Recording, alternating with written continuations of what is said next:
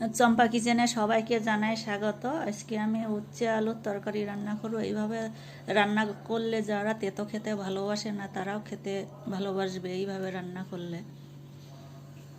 প্রথমে আমি কড়াইতে তেল দিয়ে দিয়েছি। উচ্ছেটা ভালো করে ভাজা করে নাও। উচ্ছেটা একটু কড়া করে ভাজা করে নিতে হবে, তাহলে তেতোটা কম হবে। উচ্ছেটা ভালো করে ভাজা করে নেব। আমি লম্বা লম্বা করে উচ্ছেটা কেটেছি, ভালো করে ভাজা করে নিতে হবে। আমার প্রায় ভাজা হয়ে যাচ্ছে, আমি আবার উঠিয়ে নেব।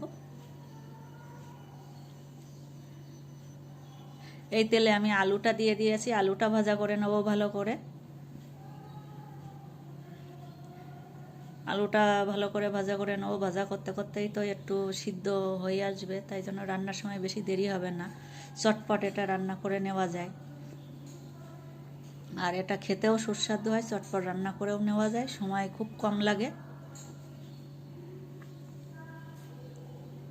হ্যাঁ, আলুটা ভাজা করে নিয়েছি ভালো করে। এবার আলুটা উঠিয়ে নিচ্ছি। আলুটা তো প্রায় সিদ্ধ হয়ে যাচ্ছে ভাজা করতে করতে। আমি এই তেলের ভেতরে সর্ষে ফোড়ন দিয়ে দিচ্ছি। আর এখানে দেব আদা কুচি, কারণ আদা কুচিটাই মেন, ওটা গন্ধটা খুব সুন্দর আসে।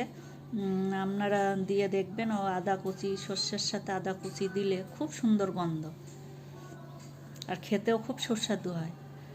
আদা কুচিটা ভালো করে ভাজা ভাজা হয়ে আসলে এর ভেতরে আমি আলুটা দিয়ে দেবো।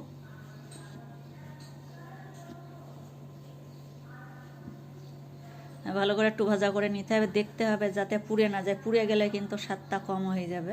এর ভেতরে আমার হয়ে গেছে, আলুটা দিয়ে দিচ্ছি আমি। আলুটা দিয়ে নাড়াচাড়া করে তারপরে জল দিয়ে দেবো। আমি আলুটা দিয়ে নাড়াচাড়া করে নিচ্ছি ভালো করে, কারণ আলুটা তো আগে ভাজা করে নিয়েছি, তাই জন্য বেশি ভাজা করতে হবে না। এখন আমি উচ্ছেটা ভাজাটাও দিয়ে দিচ্ছি এর ভেতরে, একসাথে দুটোই ভালো করে নাড়াচাড়া করে নিচ্ছি। এবার আমি জল দিয়ে দিচ্ছি, গরম করে রাখা জল দিয়ে দিচ্ছি। এটা রান্না করতে কম সময়ের ভেতরে রান্নাটাও হয়ে যায়, বেশি সময় লাগবে না। আর আলুটা তো ভালো করে ভাজা করেছি, সিদ্ধ হয়েই গেছে। এর ভেতরে আমি অল্প হলুদ দিয়ে দিচ্ছি, স্বাদ মতো নুন দিয়ে দেবো।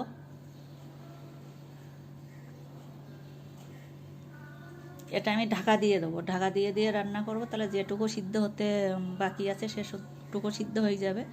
আমি কয়েকটা চিনির দানা দিয়ে দিয়েছি, আপনারা চিনিটা না চাইলেও দিতে পারেন।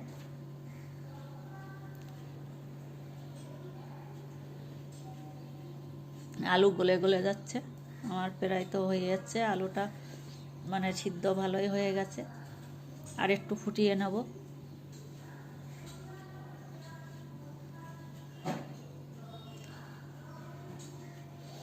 ঘন হয়ে যাচ্ছে, আলুটা ভালো করে গলে গেছে, তো ঝোলটাও ঘন হয়ে যাচ্ছে। এখানে আমি রাঁধুনি ভাজা করে গুঁড়ো করে 1 চামচ দিয়ে দিয়েছি। এবার দেওয়ার পরে নাড়াচাড়া করে আমি তারপরে গ্যাসটা অফ করে দেবো। এটাও লাস্টে দেওয়ার পরে খেতেও তো স্বাদটা খুব সুন্দর হয়, আর ওই গন্ধটাও খুব সুন্দর, গন্ধটাও বেরায়। দেখুন বন্ধুরা কত সুন্দর হয়েছে, তার মানে এটা খেতেই ভালো লাগবে। আমি গ্যাসটা অফ করে দিয়েছি। এইভাবে রান্না করলে খুব সুস্বাদু হয়, এইভাবে রান্না করে দেখবেন।